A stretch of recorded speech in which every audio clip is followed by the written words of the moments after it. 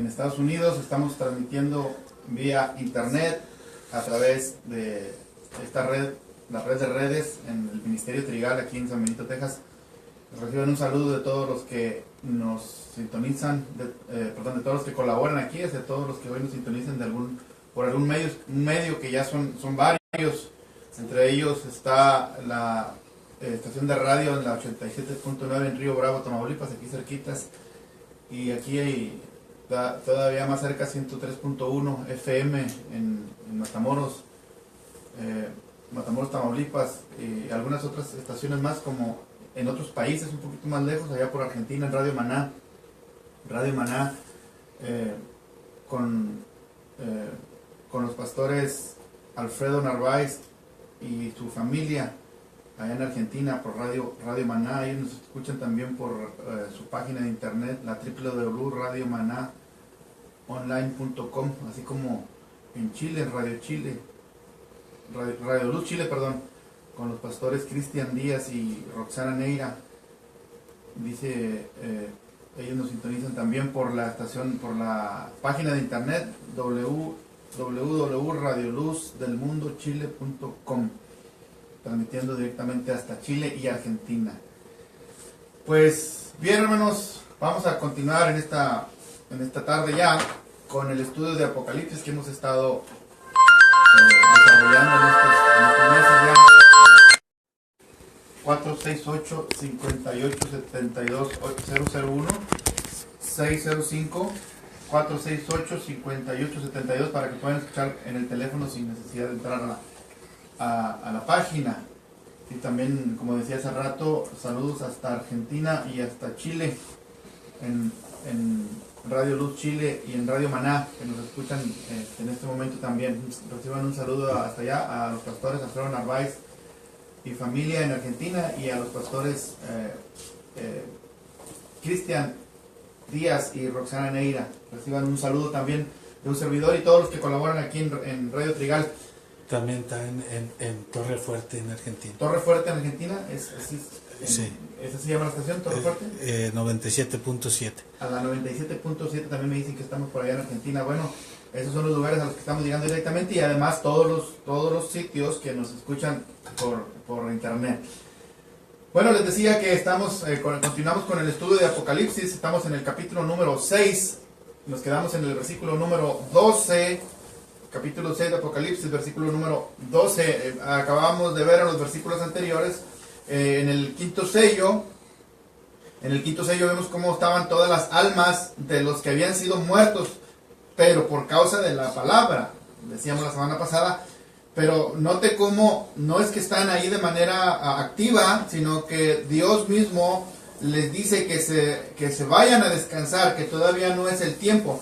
¿Esto qué nos dice? Nos dice claramente que en el cielo, en el altar, en el cielo, no hay almas que estén como algunos creen, que dicen que cuando alguien se muere va directamente a estar delante de la presencia de Dios. Eso no es cierto, de acuerdo a lo que leímos ahorita aquí. Mire, si los mártires, los que están aquí, se levantan a preguntar ¿hasta cuándo vas a vengar nuestra muerte? Y Dios les dice en el versículo 11 que se les dan vestiduras blancas y se les dijo, descansen todavía un poco de tiempo.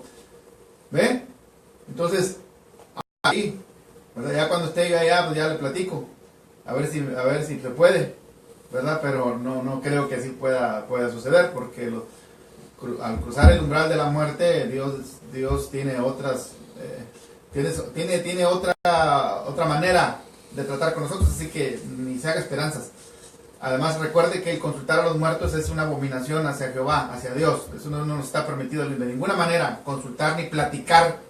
Así que quítese de su mente andar platicando con muertitos, por muy familiar que suyo que sea, su abuela, su tía, su suegra. No ande platicando con muertitos, porque eso es una abominación para con Dios. ¿Sí? Yo no hablo de no tener el recuerdo y no acordarnos de nuestros seres queridos. Es una cosa muy distinta estar platicando con ellos.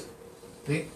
Pues bien, entonces vemos cómo aquí estas almas de estos que murieron por la causa de Cristo, Dios los mismos los manda a descansar, y se descansen un poco de tiempo. Está a punto entonces de abrirse el sexto sello. Dice aquí, miré versículo 12, miré cuando abrió el sexto sello y he aquí hubo un gran terremoto.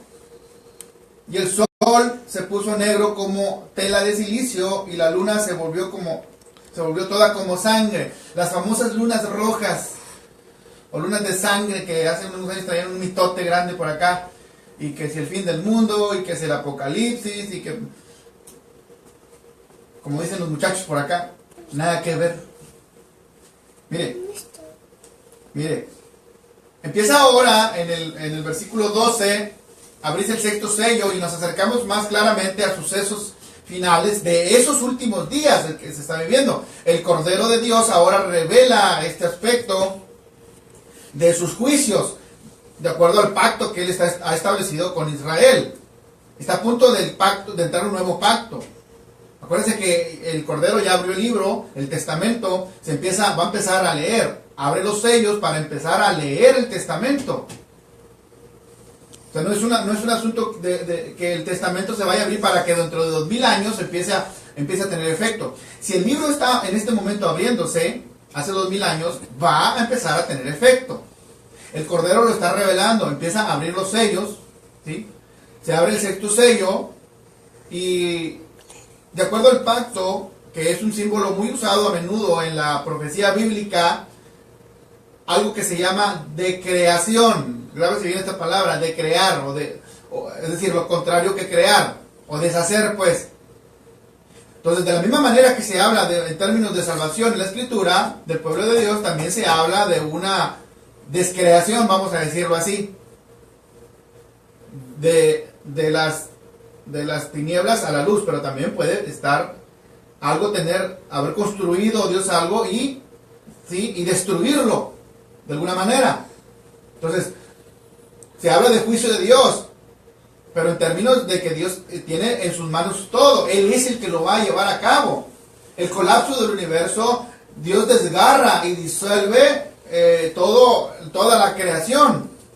Una creación que ha caído en dolor, en angustia. Entonces Juan usa esas estructuras de la creación para describir única y exclusivamente, escúcheme bien, la caída de Israel en términos de tierra, de sol, de luna. Se refieren específicamente a Israel, ¿sí? Tierra, sol, luna, estrellas, firmamento, tierra, hombre. Leamos el versículo 12. Miré cuando abrió el sexto sello y he aquí un gran terremoto y el sol se puso negro, luto, como tela de silicio, luto. La luna se volvió toda como sangre, un evento sangriento que también lleva a luto. Y las estrellas del cielo cayeron sobre la tierra, desgarrar, quitar, como la higuera deja caer sus higos cuando es sacudida por un fuerte viento, destrucción. Y el cielo se desvaneció, desgarrar, destruir, como un pergamino, se enrolla, y todo monte y toda isla se removió de su lugar, destrucción, caos, colapso. ¿Qué es lo que sigue? ¿Qué es lo que viene? Pero no ahorita, eso ya sucedió. Una desestabilización, un gigantesco terremoto, eclipse, luto de Israel, se puso el sol negro como saco de silicio. Y varias escrituras, Éxodo capítulo 10, versículo 21 al 23, habla de este concepto del luto, del silicio. Job capítulo 9, versículo 7. Ezequiel, Joel, Amós, Miqueas, todos ellos hablan del luto de Israel que lo va a llevar. De hecho, si usted sabe la historia, y es más, si ha leído un poquito de historia contemporánea, si usted quiere, actual, ¿qué es lo que hacen los judíos frente a un muro que se llama de los lamentos? ¿Por qué cree usted que se visten de negro? Porque están de luto, porque están llorando su templo, su ciudad, que desde entonces fue destruida. Todo esto significa este eclipse, este luto de Israel. Desde entonces, esta continua imagen de un eclipse a la que se añade una idea en la historia, una historia de deshonra. Toda la luna se puso como sangre. Toda la luna se puso como sangre. Juicio. Un juicio que afecta incluso a las estrellas, que son las estrellas, hermanos, en la Biblia son una imagen del gobierno, de gobierno. Cuando habla de una bestia con 12 estrellas, habla de gobernantes del imperio, que lo vamos a ver cuando surja la bestia en Apocalipsis. Las estrellas entonces hablan de gobierno. Gobierno humano, sí. Y el gobierno humano que estaba en aquel tiempo, hace 2000 años, fue desgarrado totalmente. Fue destruido. Tanto el gobierno judío como el gobierno romano.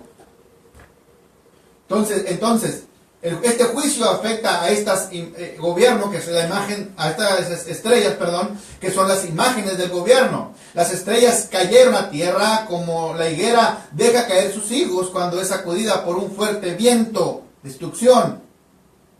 Claro que este fuerte viento fue traído por los jinetes que acaban de salir, acuérdese. ¿Qué trajeron los jinetes? Destrucción. Que son los mismos jinetes que están en las imágenes de Zacarías, en los 4 vientos, de los 4 vientos, Zacarías capítulo 6, versículo 5. Ya lo habíamos leído esas citas. Ahora, es vuelto a presentar, incluso en el capítulo 7 de Apocalipsis, es vuelto a presentar más adelante, en el capítulo 7, versículo 1. Vi después de esto, vi a 4 ángeles en pie sobre los 4 ángulos de la tierra, que detenían los 4 vientos de la tierra para que no soplase viento alguno sobre la tierra, ni sobre el mar, ni sobre ningún árbol. Otra vez, 4 puntos, viento, destrucción, está a punto de suceder. Ahora Israel simplemente desaparece como desapareció. Muchos han de decir, no hermano, Israel todavía está como nación. Surgió hace 50, 60 años, pero no existían. Y aparecieron, pero totalmente alejados de Dios. Para el simbolismo, Israel como un firmamento, si lo vemos en Isaías capítulo 51, quiero leer Isaías 51 para que veamos que este simbolismo en realidad se refiere a Israel. Isaías capítulo 51, quiero leerlo, versículos 15 en adelante. Dice, porque yo Jehová, que agito el mar y hago rugir sus ondas, soy tu Dios, cuyo nombre es Jehová de los ejércitos, y en tu boca he puesto mis palabras, y con la sombra de mi mano te cubrí, extendiendo los cielos, y echando los cimientos de la tierra, y diciendo a Sión, pueblo mío eres tú. Pueblo mío eres tú. Despierta, 17, despierta, levántate, oh Jerusalén, que bebiste de la mano de Jehová el cáliz de su ira, porque el cáliz de su aturdimiento bebiste hasta los sedimentos, o sea, hasta el fondo. De todos los hijos que dio a luz, no hay quien la guíe, ni quien la tome de la mano de todos los hijos que crió. Estas son las 2 cosas que te han acontecido: asolamiento y quebrantamiento, hambre y espada. ¿Quién se dolerá de ti? Habla a Israel. Está hablando a Israel. ¿Quién te consolará? Tus hijos desmayaron, estuvieron tendidos en las encrucijadas de todos los caminos como antílope en la red, llenos de la indignación de Jehová, de la ira del Dios tuyo. Oye pues ahora esto, afligida, ebria, y no de vino precisamente, así dijo Jehová, tu Señor y tu Dios, el cual aboga por su pueblo. He aquí, he quitado de tu mano el cáliz de aturdimiento, los sedimentos del cáliz de mi ira, nunca más lo beberás, y lo pondré en mano de tus angustiadores. Y eso ocurrió, que dijeron a tu alma, inclínate y pasaremos por encima de ti. Y tú pusiste tu cuerpo como tierra y como camino para que pasasen. Se puso de alfombra con los romanos. Israel se puso de alfombra, de tapete con ellos. Esto fue lo que pasó. Dios dijo, bueno, ya no te voy a dar yo la ira del cáliz, ahora se la voy a entregar a tus angustiadores y que ellos te hagan garras. Y así ocurrió. Ocurrió en aquel tiempo con los romanos, ocurrió con los alemanes, ocurrió con muchos pueblos, sigue ocurriendo con los sirios, sigue ocurriendo con los palestinos que pasan por encima de ellos.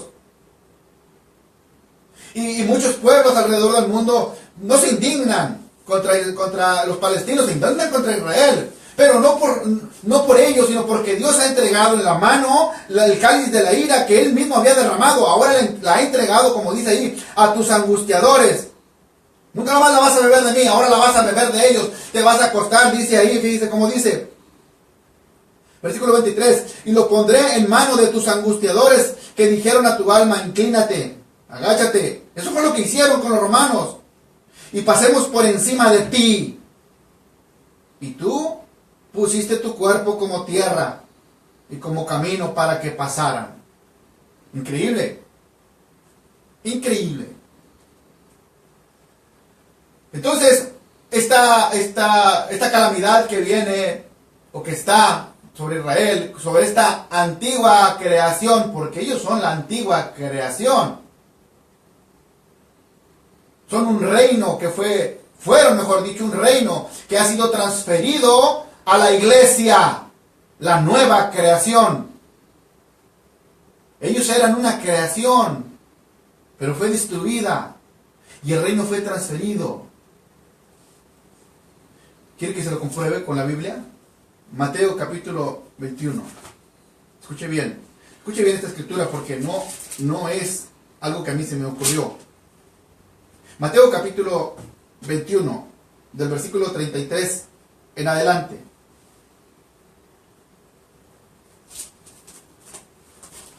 Mateo, perdón, me expliqué, pero aquí está, ahora sí. Mateo 21, versículo 33. Dice, oíd otra parábola. Hubo un hombre, padre de familia, el cual plantó una viña, la cercó de vallado, cavó en ella un lagar, edificó una torre, y la arrendó a unos labradores, y se fue lejos. Es decir, aquí hay un hombre, un padre de familia, que planta una viña, la prepara, hace todo lo conveniente, y la da en renta a unos hombres, y se va. Es decir, estos hombres la iban a cultivar, e iban a dar una ganancia al padre de familia. Y cuando se acercó el tiempo de los frutos, envió sus siervos a los labradores para que recibieran sus frutos. Mas los labradores, tomando a los siervos, a uno golpearon, a otro mataron, y a otro apedrearon. Envió de nuevo otros siervos, más que los primeros, e hicieron con ellos de la misma manera. Los golpearon, los mataron, los apedrearon. Finalmente les envió su hijo, diciendo, tendrán respeto de mi hijo. Yo no sé si tengo que explicar esto. ¿Tendré que explicar esto, hermano? ¿Tendré que decir quién es quién? Yo creo que no. No es necesario que diga, pero lo voy a decir. Este hombre, padre de familia, es el Padre, es Dios. Planta una viña y se la entregó a Israel para que la labraran. Cuando va a recibir los frutos, envió profetas. Les envió a Isaías, les envió a Enoc, les envió a Moisés, les envió a Josué, les envió a José, les envió a muchos, les envió a Isaías, les envió a Jeremías, les envió a Amós, les envió a Sofonías, les envió. ¿Y qué hacían? ¿Qué hacían? Los golpeaban, los mataban y los apedreaban. En la historia bíblica ni en la historia universal, la Iglesia Católica no mató a ningún profeta, entiéndalo. Quienes mataron a los profetas fue Israel. Ahora, muchos han de decir, ya tiene varios martes que me oyen escuchar esta expresión acerca de la Iglesia Católica y han de pensar que la defiendo. No, sí. Yo no tengo que defender lo indefendible, o sea, lo que no se puede defender, la Iglesia Romana no se puede defender. Es más, no merece ni siquiera que se mencione. Están torcidos, están mal. La estructura romana está totalmente fuera de orden. Así que ni siquiera me tomaría el tiempo de discutir eso. El engaño viene al pensar de la Iglesia que Israel es el pueblo de Dios, o que sigue siendo el pueblo de Dios. Ese es el engaño más grande en el cual la Iglesia se ha prestado, o ha comprado. Entonces mataron a los profetas, los matan, los golpean, los apedrean. Pero ahora ¿qué hace? Dice, voy a enviar a mi hijo. Creo que ahora sí tendrán respeto de él porque es mi hijo. Mas los labradores, cuando vieron al hijo, dijeron entre sí, este es el heredero, venid y matémosle y apoderémonos de su heredad. Crucifícale. Crucifícale, es un blasfemo. Es un hijo de Belcebú. Es un hijo de fornicación. Por Belcebú hace los milagros. prendámosle y matémosle. Apoderémonos de su heredad. Construyamos el templo más adelante. No eres el Mesías, esperamos el Mesías de nosotros y construyamos un templo para adorar, cosa que están intentando hacer. Y Dios los libre de hacerlo. Pobrecitos el día que lo hagan. Dice, y tomándole le echaron fuera de la viña y le mataron. Cuando venga pues el Señor de la viña, ¿qué hará con aquellos labradores? Le dijeron, a los malos destruirá, sin misericordia, dijeron ellos mismos. Y arrendará su viña a otros labradores que le paguen el fruto de su tiempo. Jesús les dijo, ¿qué nunca leísteis en las Escrituras? La piedra que desecharon los edificadores ha venido a ser cabeza del ángulo. El Señor ha hecho esto, y es cosa maravillosa a nuestros ojos. Por tanto os digo que el reino de Dios, escúcheme bien, el reino de Dios será quitado de vosotros. ¿A quién les estaba hablando? A los judíos, a los hebreos, a los israelitas. Dice, el reino de Dios será quitado de vosotros. Si tenían el reino, si eran ellos depositarios de la palabra del reino de primera mano. Dice, el reino será quitado de vosotros y será dado a gente que produzca los frutos de él. Y el que cayere sobre esa piedra será quebrantado, y sobre quien ella cayere la desmenuzará. Pobrecito de aquel que caiga en manos de Dios.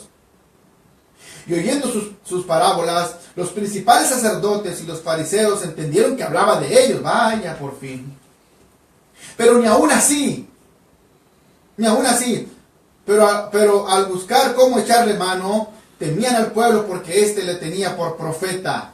Sí, pues se les acababa de decir que mataban a los profetas. Dijeron, no, si matamos a este también, van a decir que realmente sí matamos a los profetas. Sí, había matado a cuantos profetas se les paraba enfrente. Además, este no era un profeta simple, era el profeta de profetas.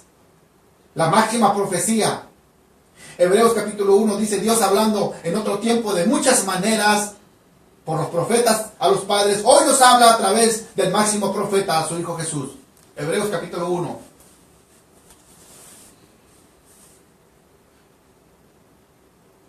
El reino era de Israel, fue transferido a la iglesia, como acabamos de ver.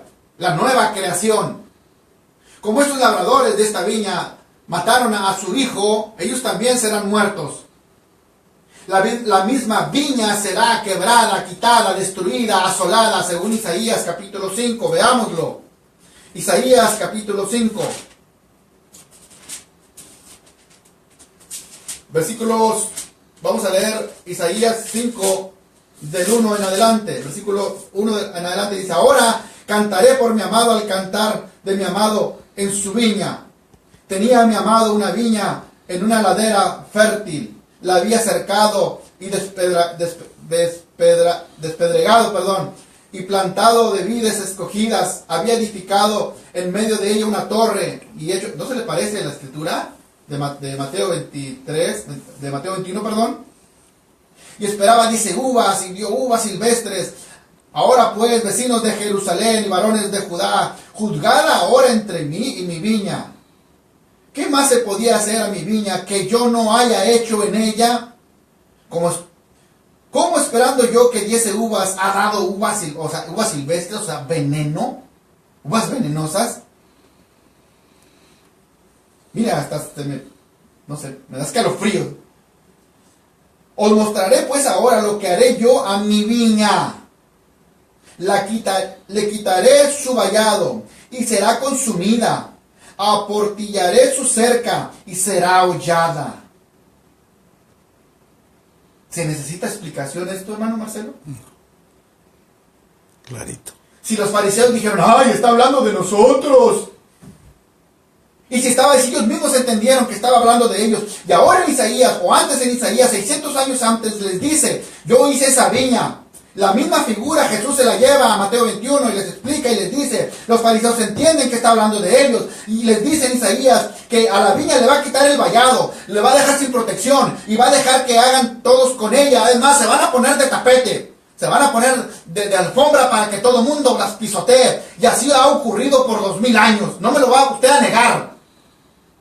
Ay, pero son el pueblo escogido de Dios y Dios los bendice y les da mucho. Y donde quiera que se paran, ellos prosperan para su propio mal. ¿Sabe por qué? Porque ellos siguen creyendo que porque tienen un centavo más, que porque tienen un dólar más, siguen creyendo que son el pueblo de Dios y siguen haciendo sus fechorías. Eso es peor. ¿Qué le hará más daño a un hijo malcriado? ¿Que usted lo premie o que lo castigue? Claro que le va a hacer más daño que lo premie. Lo mismo está haciendo Dios con Israel. Lo sigue premiando y Israel no se ha dado cuenta que cada vez están peor. Y nada más falta que Estados Unidos les dé la espalda. Como todas las naciones le han dado la espalda. Y todos creen todavía, no, pero es que un día ellos van a resurgir y van a salir adelante como Dios los ha sacado porque son el pueblo de Dios. No lo son el pueblo de Dios, por Dios, entiéndalo de una vez. La escritura que le acabo de leer es clara, no necesita ninguna explicación.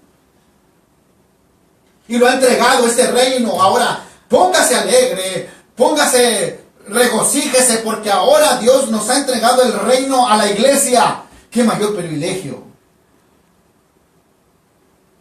¡Qué mejor! Pero tenga cuidado, porque así como no perdonó a Israel, también trae juicio sobre la iglesia. Así que tenga cuidado. Continuamos en el versículo 15 de Apocalipsis. Capítulo número 6, versículo 15, dice, continúo leyendo. Bueno, voy a volver a leer el 12. Miré cuando abrió el sexto sello, y he aquí un gran terremoto, y el sol se puso negro como tela de silicio, y la luna se volvió toda como sangre, y las estrellas del cielo cayeron sobre la tierra, como la higuera deja caer sus higos cuando es sacudida por un fuerte viento, y el cielo se desvaneció como un pergamino que se enrolla, y todo monte, toda isla se removió de su lugar. Y los reyes de la tierra, y los grandes, los ricos, los capitanes, los poderosos, y todo siervo y todo libre, se escondieron en las cuevas y entre peñas de los montes. Y decían a los montes y a las peñas, caed sobre nosotros y escondednos, escondernos del rostro de aquel que está sentado sobre el trono y de la ira del Cordero, porque el gran día de su ira ha llegado. ¿Y quién podrá sostenerse en pie? Las imágenes que acabamos de ver, tanto en el Nuevo como en el Antiguo Testamento, están precisamente a la vista. Ahora describiéndolas Juan. Les escribe a quién? A los apóstatas. ¿Quiénes son los apóstatas? Israel. Ahora están siendo juzgados. Dice la ira de Dios, porque el gran día de su ira ha llegado. No va a llegar, no, ha llegado. Ha llegado. Esta es una frase ya de las últimas, sino que es la última de esta creación a la inversa, o descrear de alguna manera, la destrucción ahora de los hombres. Pero este elemento en la lista que se abre para revelar otros 7 precisamente dentro de ella, porque aquí se nombran 7 clases de hombres, mostrando que la destrucción es total, pues afecta a pequeños. Vea cómo, mire, vea, dice, reyes de la tierra, los grandes, los ricos, los capitanes, los poderosos, y todo siervo y todo libre. Estas son 7 tipos de hombres. ¿No les dice nada esto? Recuerden que estamos llenos de símbolos. Porque luego dicen, mira hermano, aquí está, los reyes de la tierra, o sea, toda la tierra, los grandes, actualmente, los ricos, los capitanes. No. Escuche bien. Reyes de la tierra, los grandes, 2. Los ricos, 3. Capitanes, 4. Los poderosos, 5. Todo siervo, 6. Y todo libre, 7. ¿Sí? Ahora viene la destrucción sobre los hombres. ¿Qué hombres? Todos, todo tipo, toda clase de hombre. Son 7 clases. Aquí habla de algo total. El 7, recuerde, es totalidad, es total. La destrucción es total. Afecta a pequeños, grandes por igual, reyes de la tierra, grandes, los jefes, los ricos, los pobres, todo esclavo y todo el que no es esclavo. Nadie podrá escapar, no importa su condición de privilegio o su insignificancia. El hombre más encumbrado contra el hombre más iletrado, el hombre más culto. Nadie se escapa al juicio de Dios. ¿Sí? Nadie.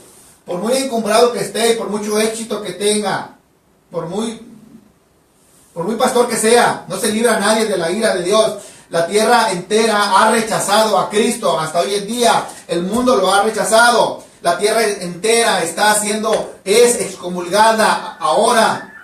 ¿Sí? La tierra es excomulgada actualmente.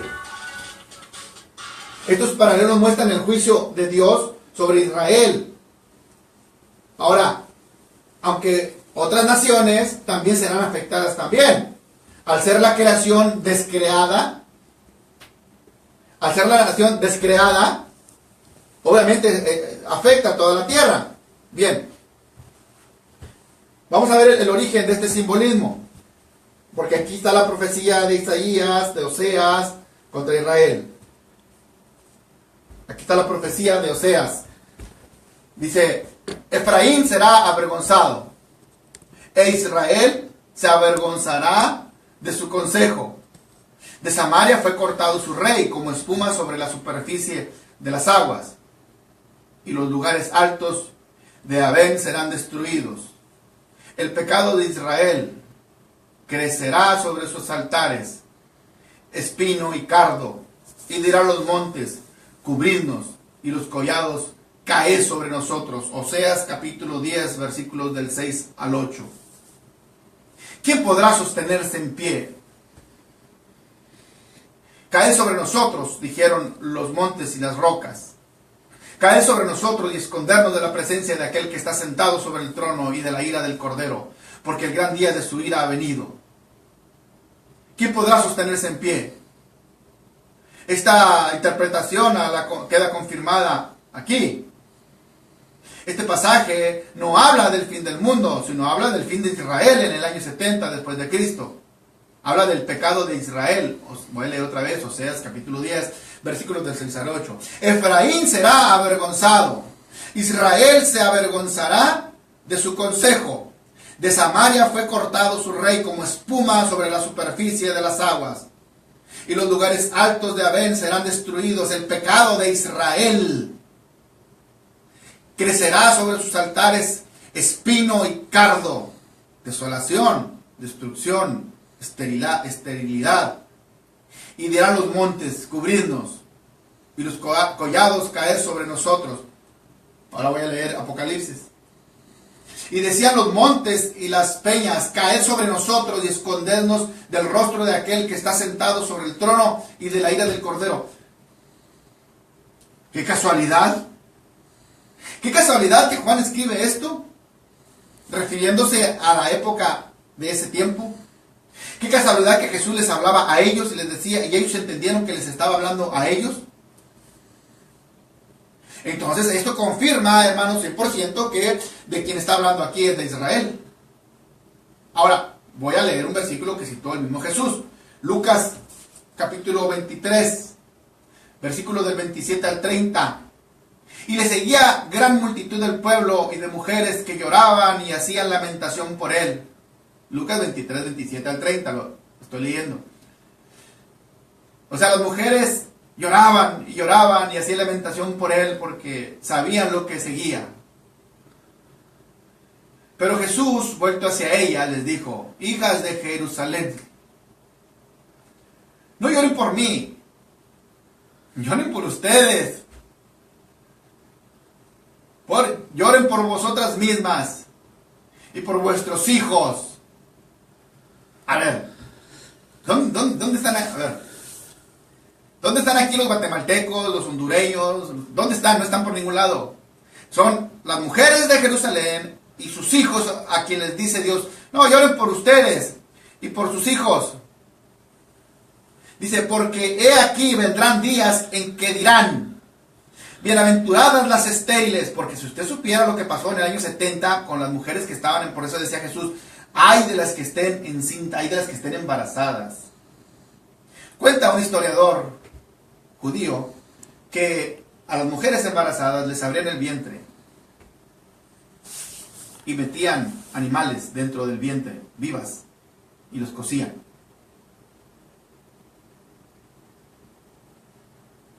No lloren por mí, dice Jesús, lloren por ustedes, por vuestros hijos, porque aquí vendrán días que dirán, bienaventuradas las estériles y los vientres que no concibieron. Porque imagínense con hijos, con esta gran devastación, y los pechos que no criaron.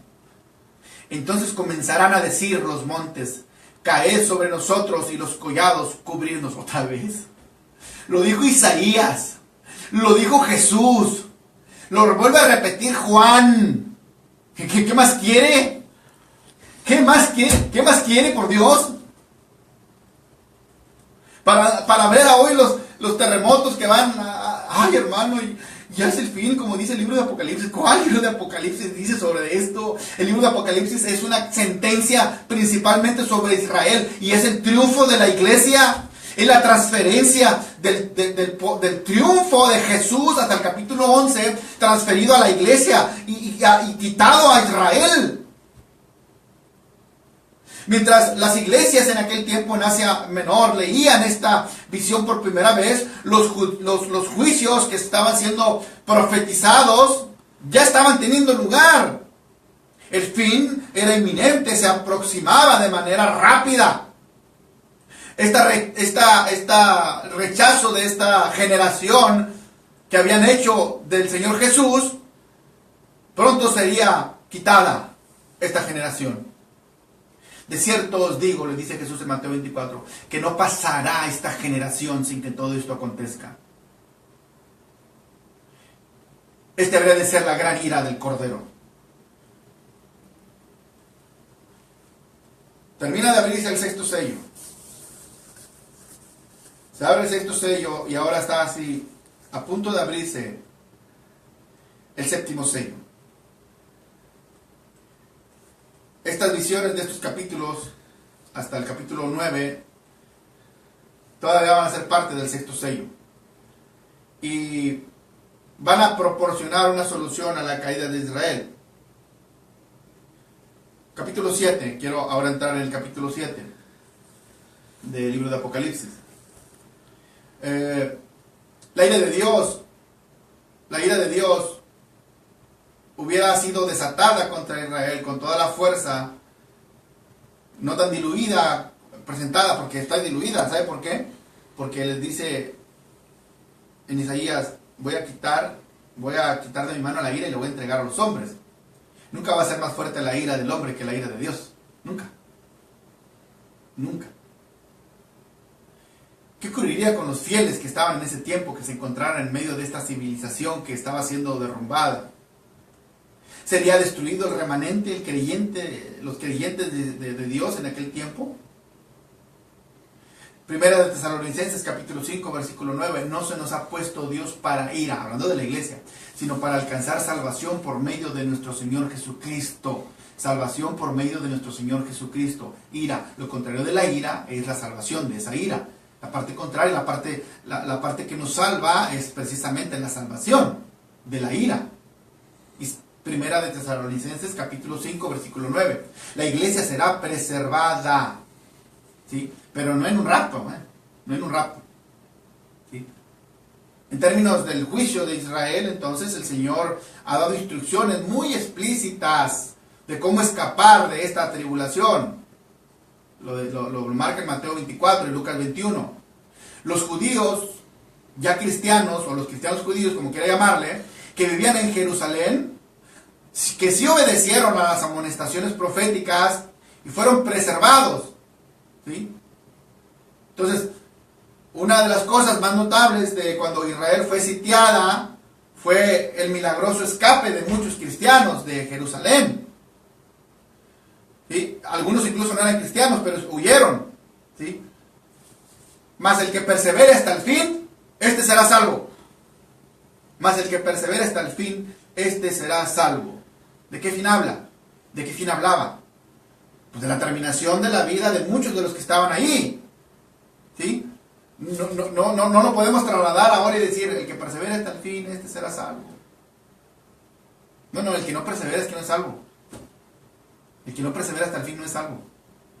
Así que ni le haga la lucha, ni diga, es que tenemos que perseverar. No, es que usted persevera precisamente porque es salvo, persevera, y no persevera para ser salvo. Es muy distinto. Lo vuelvo a repetir. No se persevera para ser salvo. Se persevera porque es salvo. Es distinto. Muy distinto. Porque si yo persevero para ser salvo, quiere decir que mi salvación es por obras. Y yo, porque soy salvo, hago obras y persevero porque soy salvo. Efesios capítulo 2, versículo del 8 en adelante. Somos salvos por la fe. Por gracia sois salvos por medio de la fe. Y esto no es de vosotros, pues es don de Dios. No por obras para que nadie se gloríe. Porque esas obras, dice ahí mismo en Efesios capítulo 2, que Dios las preparó de antemano para que anduviésemos en ellas. Es decir, usted no hace ninguna buena obra porque va a alcanzar algo. Usted, porque ya alcanzó algo, es que hace buenas obras.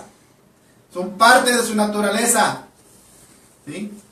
Entonces, durante esta desolación de Jerusalén, los cristianos quedarían preservados. ¿Sí? Preservados. Muchos de ellos quedaron preservados.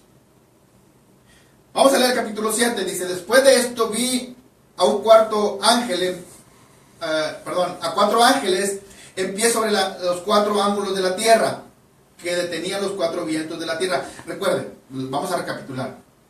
Se abrieron los sellos. El sello 1, sello 2, sello 3, sello 4, los 4 jinetes. Sello 5, sello 6. Se está abriendo, está terminando de abrir el 6º sello. ¿Para qué? Para que se abra el libro y ahora se declaren o se emitan los sellos, que es garantía de lo que va a ocurrir. Se acaba de describir un resumen general de lo que le está por venir a Israel. ¿Sí? Entonces ahora se continúa abriendo el 6º sello, lo que sigue. Dice, después de esto vi, porque al abrir el 7º sello, se van a abrir, trompetas. Al abrir el sello, el último sello, el 7º sello, se van a desatar 7 trompetas. ¿Sí? Entonces este 6º sello que se está abriendo, continúa y dice, después de esto vi a 4 ángeles en pie sobre los 4 ángulos de la tierra, que detenían los 4 vientos de la tierra para que no soplase viento alguno sobre la tierra, ni sobre el mar, ni sobre ningún árbol. ¿Sí? Juan ve 4 ángeles ahora en pie, en los 4 ángulos de la tierra, mensajeros divinos a los cuales se les concede poder para dañar la tierra y el mar. Sin embargo, aquí están deteniendo los 4 vientos de la tierra para que no soplase, para que no haya viento sobre ninguno de estos elementos. Ahora, aunque la tierra y el mar están en un caso, especial, nos llama la atención que estos son símbolos de los justos. Juan desea llamar la atención a través de la Biblia con estos árboles, que son imágenes de hombres. El árbol en la Biblia siempre es la imagen, es un símbolo de la humanidad, siempre. Después de esto vi 4 ángeles, dice, que detenían los 4 vientos de la tierra para que no soplase viento alguno sobre la tierra, ni soplase en el mar, ni sobre ningún árbol. ¿No se le hace interesante que no sople sobre el mar y sobre ningún árbol? ¿Por qué? Porque el mar, por un lado, el mar, que es un símbolo de mucha gente, el árbol es un símbolo del hombre. Ahora, el árbol, dice el Salmo número 1, será como árbol plantado, habla del hombre. Bienaventurado el varón que no anduvo en consejos malos, ni estuvo en camino de pecadores, ni silla de escarnecedores sentado, sino que la ley de Jehová está su delicia y en su ley medita de día y de noche. Será como árbol plantado junto a corrientes de agua viva. ¿Sí? El hombre, el árbol o la madera simboliza la naturaleza humana. ¿Sí?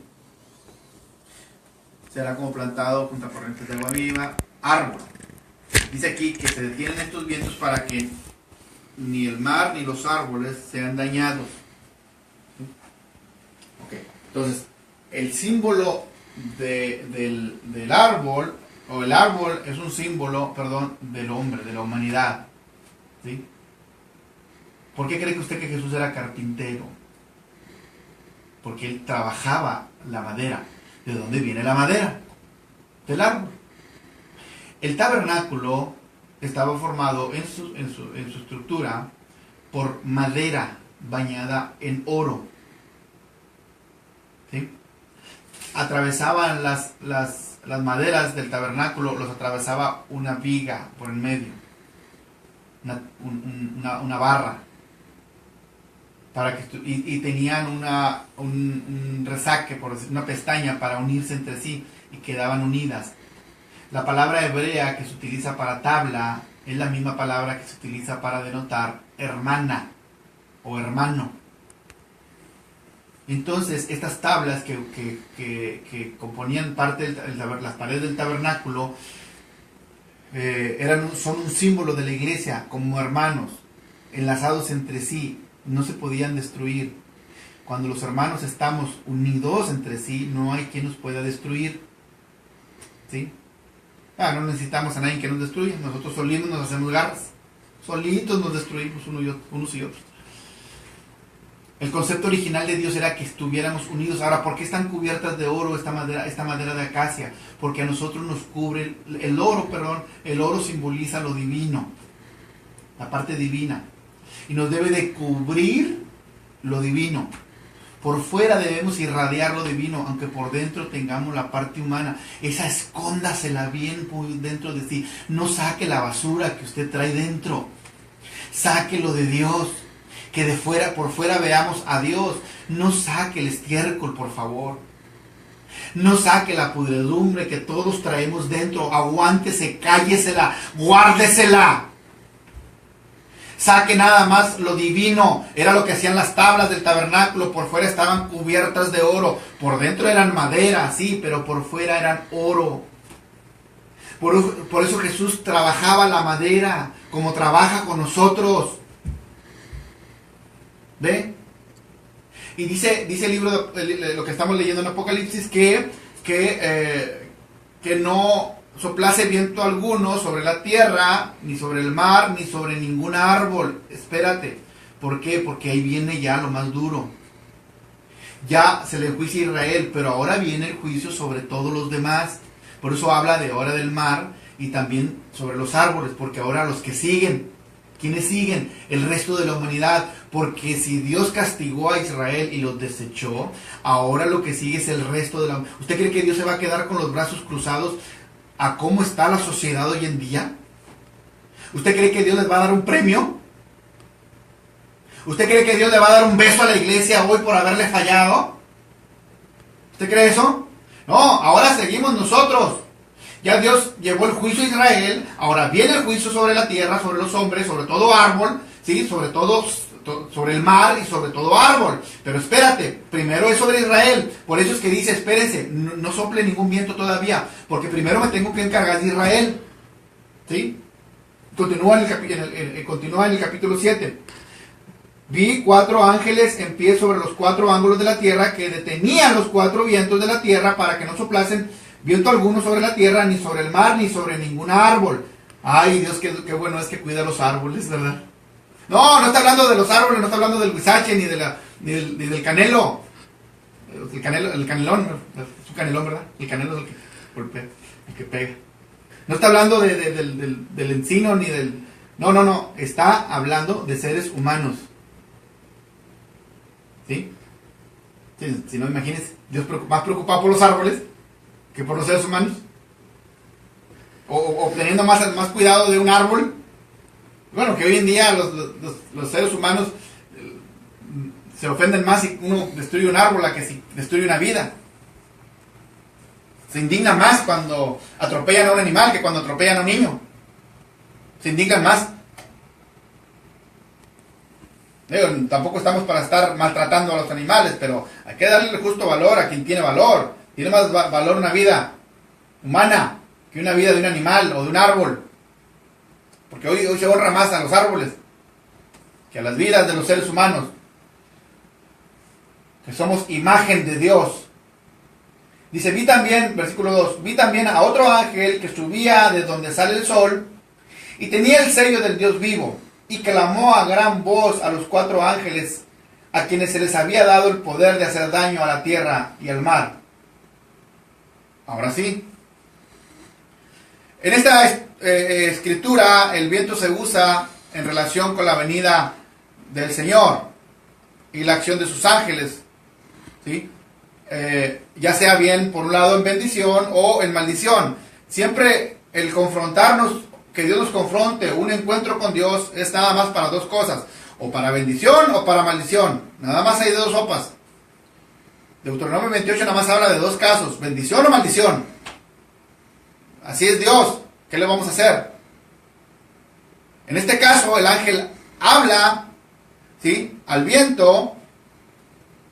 Dice, otro ángel que subía de donde sale el sol y tenía él el sello del Dios vivo y clamó a gran voz a los 4 ángeles quienes les había dado el poder de hacer daño a la tierra y al mar, diciendo, no hagas daño a la tierra, ni al mar, ni a los árboles, hasta que hayamos sellado en sus frentes a los siervos de nuestro Dios.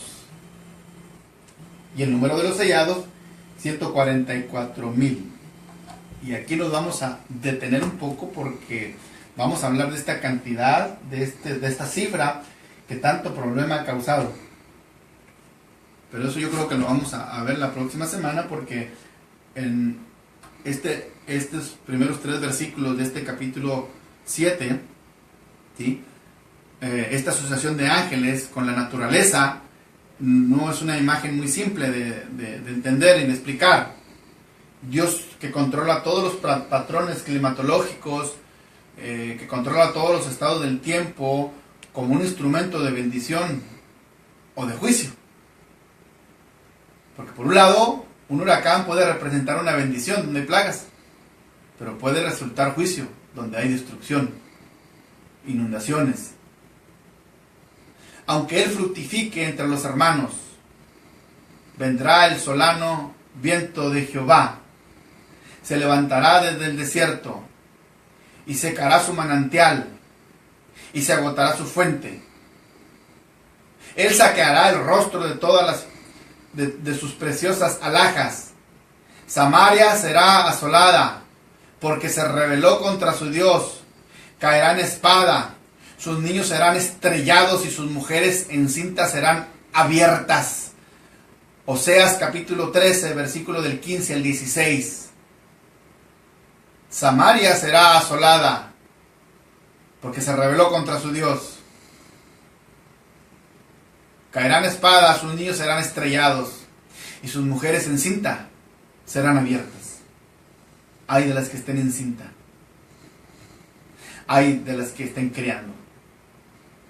El universo no es un mecanismo gigante como un reloj al que Dios le da cuerda desde el principio, hermano.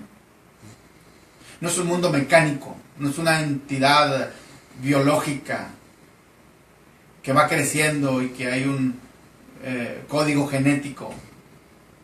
El nuestro, en el que vivimos, es un mundo activamente sostenido por Dios segundo a segundo. Toda la creación es, válgame esta expresión, inescapable, no se puede escapar, porque las cosas invisibles de Él, su eterno poder y deidad, se hacen claramente visibles desde la creación del mundo, siendo entendidas por medio de las cosas hechas. Romanos capítulo 1, versículo 20 en adelante. Continuamos la próxima semana, hermanos, con este estudio del libro de Apocalipsis. Vamos a ver la próxima semana esto de los 144,000 sellados. Por hoy es todo. Espero que este estudio haya sido de su provecho, que les haya servido para crecer un poco más el día de hoy. Reciban un saludo de un servidor de la congregación Belén Casa de Pan en Brooklyn, Texas, donde estamos allí enseñando la palabra de Dios. Reciban un saludo también de todos los integrantes de este ministerio Trigal. Un saludo desde aquí y esperando, como siempre, hermanos, como siempre, que Dios nos bendiga y que Dios nos ayude. Hasta pronto.